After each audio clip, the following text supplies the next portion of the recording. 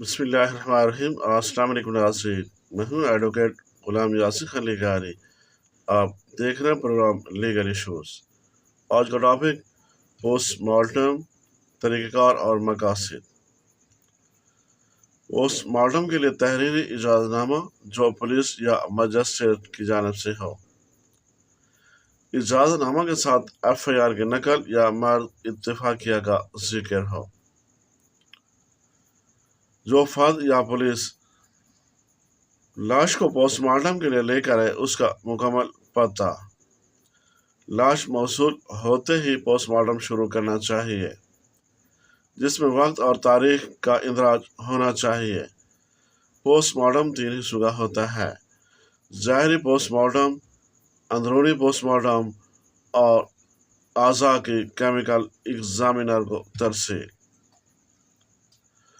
Post mortem کے بعد لاش متعلقین کے حوالے کر دینا چاہیے۔ پوسٹ مارٹم کے لیے 3 نقول ہوں گی: ایک لاش لانے والے یا بھیجنے والے کو، ایک بالا افسر کو اور ایک ریکارڈ کے لیے۔ اگر حادثاتی موت ہو تو موت کی ظاہری وجہ لکھیں، خون بہنے کا مقام لکھیں اور وجہ موت ضرور لکھیں۔ پوسٹ مارٹم نہایت احتیاط سے کریں، بتلانے والے کی وجہ بھی لکھیں، لیکن اپنا مشاہدہ خود کا ریکارڈ کریں۔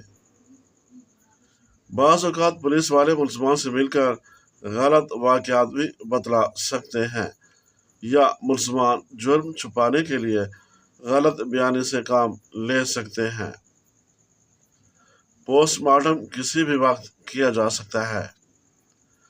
پوسٹ مارٹم پر ڈاکٹر اپنا مکمل نام، مہر اور جاری کرنے کی تاریخ اور وقت تحریر کرے گا۔ اپنا رجسٹریشن نمبر بھی لکھے گا۔ متنازع معاملات میں سینئر ڈاکٹر سے ضرور مشورہ کریں اور احتیاط سے رپورٹ تیار کریں۔ اب آتے ہیں ان کے مقاصد کیا ہوتے ہیں، پوسٹ مارٹم کیوں کرایا جاتا ہے، ان کے مقاصد کیا ہے۔ مرنے والے کی شناخت کے لیے، مرنے والے کی عمر کا اندازہ لگانے کے لیے، مرنے والے کی جنس معلوم کرنے کے لیے، وجہ موت معلوم کرنے کے لیے،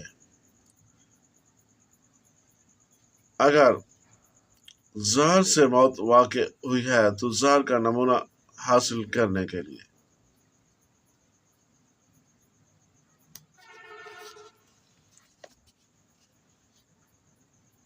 تب تک کے لیے اتنا ہی کافی، ملتے ہیں اگلے ویڈیو میں۔